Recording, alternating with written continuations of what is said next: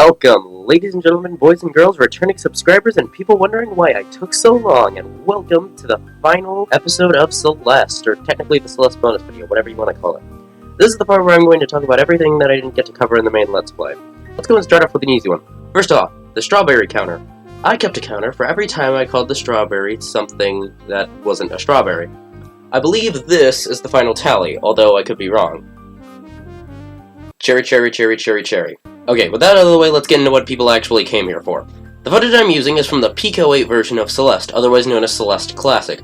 I'm just going to have this play over the video while I'm talking. A couple of other things that I wanted to point out about this minigame is that towards the end you actually get the double dash power-up, and its animation is very similar to the one that they ended up using in the game. Another thing that I want to go over really quickly, since I'm not really going to touch on this too much, the game doesn't really end once you reach the top. It just sort of displays the final message, the end of the game, where it shows you your deaths and time. You'll get to see all of this as it plays out, so I apologize if it looks really broken or something, but there is a lot to go over. So let's actually talk about what this minigame is, to be exact. Celeste Classic, as it is now called, was the original version of Celeste that was shown off at a game jam, although I couldn't figure out which game jam it was, so if anyone knows, please let me know in the comments. For those who don't know, game jams are basically little events that are held in which developers are given a short amount of time to make a game as fast as possible. Or as Mossbag put it, it's basically a way for developers to flex their creativity and practice working together under stress. I think I was able to find out where one of the first places to post the game was originally, but I'm also not sure about that. However, you can just play it on Matt Makes Games website for free. I'll leave a link in the description. This was the origin story of Celeste. It's not incredibly deep, but it's definitely interesting to see how Celeste evolved from a simple game about climbing a mountain into a deep introspective about depression and overcoming life's obstacles. Of course, there are other videos that go over how Celeste was made in more detail and things that happen behind the scenes in production, and let's be honest, they're 100 times better than this video you're watching. But what I was able to find was an interview that Matt Thorson did with ChargeShot, the main developer of Celeste, or at least important enough that his company is named after him, said that one of his inspirations for the game came from Whispers of the Heart, some romance film, I guess? And then there was also some personal experiences that inspired the story. There's also a video done by Video Game Storytime, which goes way more in depth with Matt's personal experiences, so I recommend checking them out if you're interested. Another video you could check out for more about Celeste development, a live stream that Matt and Nolan held where they go over some of the older versions of the game and talk about their experiences making it, and I have to say, some of the stuff that they have is pretty ridiculous. Anyway, after development started, several trailers were made for Celeste in order to try to build more hype for the game. These trailers also gave us a good idea for what the earlier versions of the game looked like. One of the minor differences was some of the text boxes, and instead of using the chibi voices like they do in the regular game, it uses much more sound-based scrolling noises, if that even makes sense. There's also a difference in dashing, as in it looks different, more akin to the way it looks in the Pico 8 version than how it looks in the original game. I kinda like the change because it makes it look more supernatural, which, you know, adds on to the supernatural nature of the mountain itself. There's also an older design for Oshiro, which looks, even more horrifically disturbing than he already does. I'm very glad this was changed. Thank you. There was also another trailer released for the game, which, while being an almost one-to-one recreation of what happened, had one major change, and that being the end of Chapter 1. At the end of the chapter, normally it ends right next to the tombstone, but in the trailer, the chapter ends right outside of the hotel. I guess this would have been a way to make the transition between Chapters 2 and 3 more fluid, but I think what we got was fine. And that was the last trailer before the game came out, at which point, Celeste was showered with rewards and ridiculous speedruns. Also, Matt Makes Games no longer exists. It has been rebranded to Extremely OK Games, which... Extremely OK, alright then. Either way, with all that unrelated stuff out of the way, now let's talk about the stuff that's actually in the game. One of the main things that I never covered during my Let's Play was Assist Mode. This is a mode that's available anytime you need it and is generally used to make the game easier. At one point, Assist Mode was represented by a stamp that would appear on your file, but now it shows up as a tab among variants. Honestly, I can see why some people would want to use Assist Mode. It's very convenient, and some of these rooms can be downright unbearable. It's also a nice way to give the player a bit of a boost if they're struggling. The things that Assist Mode offers are allowing you to slow down the game by increments of 10% at a minimum of 60. Oddly enough, this actually affects the sound effects, but not the music. Infinite stamina, which basically means you can cling onto a wall forever. You can now change how many dashes you have, and by change, I mean you have 2 and infinite. If there's one thing that I don't like about this is that it sort of spoils Madeline's pink hair change, which probably confused a lot of people when they got to the end of Chapter 6 and saw no discernible change. And of course standard invincibility, which let you both go through obstacles or if you fall into a pit bounce really high in the air. But I know why you're really here. You want to talk about variants, because you have to go through hell and back just to unlock it.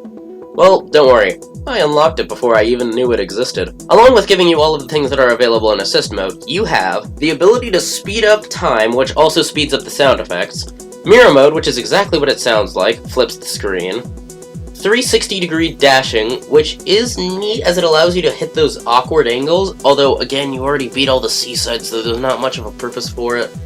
Invisible motion, so you can see yourself standing still, which is kind of an interesting challenge. No grabbing mode, which I'm not convinced actually works. It's exactly what it sounds like. It disables your ability to grab stuff. Low friction, because now, instead of just one level being an ice level, every level is an ice level. Even the air, for some reason. Super dashes, which are just dashes that go further.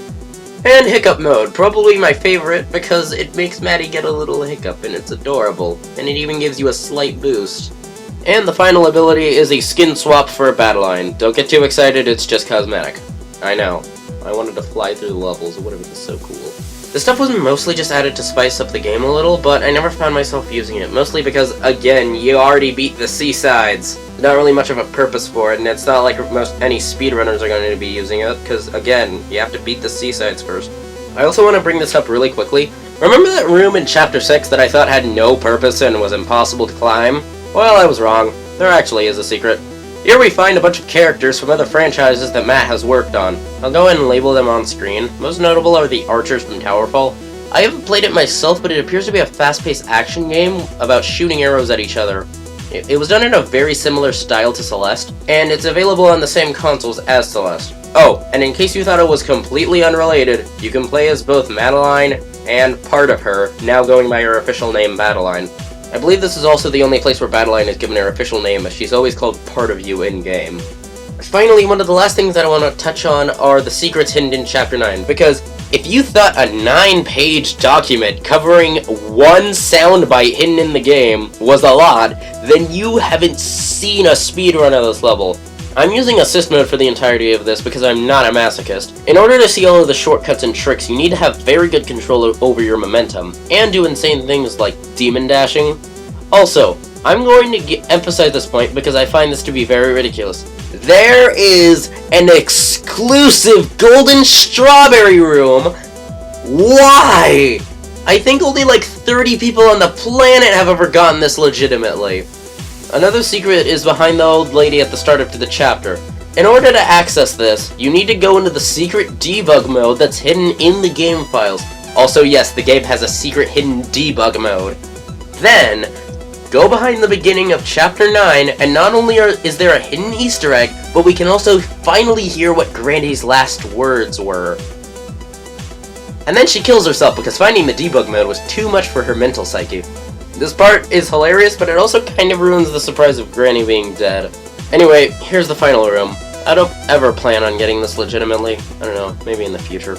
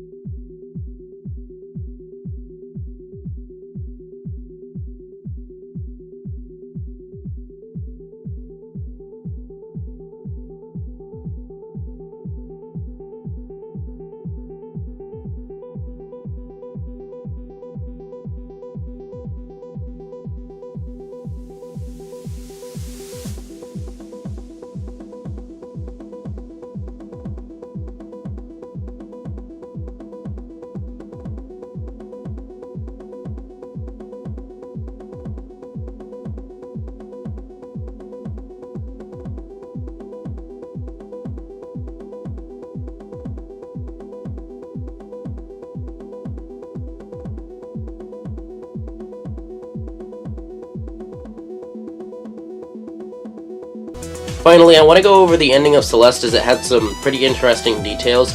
First off, we have a picture of Maddie with her mother, which I find to be adorable, as well as a picture of Granny, which I find to actually be pretty weird, because Maddie didn't have a phone at the time, meaning that it's possible that she went back to Celeste Mountain multiple times than just Chapter 8. Or Theo took a picture of her and sent it to her. Could be both. We also see a bit of an Easter egg with the rainbow and trans flag, which I find to be interesting, but what I find more interesting is the bottle of pills that's found next to her mug on her bedside. I find it highly likely that these are antidepressant pills, as the whole story was about Madeline battling her depression, and now at the end of Chapter 9 we can see that she's finally starting to improve herself. And on the end of the chapter we can see the names of both Theo's grandpa and granny, Carlos and Celia. I actually think it's really sweet that we find out that we have names for these characters. And that just about concludes everything that I wanted to talk about with Celeste. I'm glad I got to share this experience with you. I have to say that Celeste was one of those games that I had heard about, never really wanted to pick up, but I am sure glad that I did. I honestly never expected it to get this far, and considering that this was my first Let's Play, I think I picked something really good, as it helped me a lot. I'm going to say this completely honestly, I think Celeste is still underappreciated. Several people have talked about it. It's been pretty much everywhere since the day it came out, and honestly, I still don't think that this game is appreciated enough. It's an amazing game, it's definitely challenging, it has a way better story than you could possibly expect from a kind of game like this. And most of all, it's got enough challenge to keep people coming back again and again. I'm glad I got to share this experience with you, and I hope we can meet up somewhere again for the next Let's Play.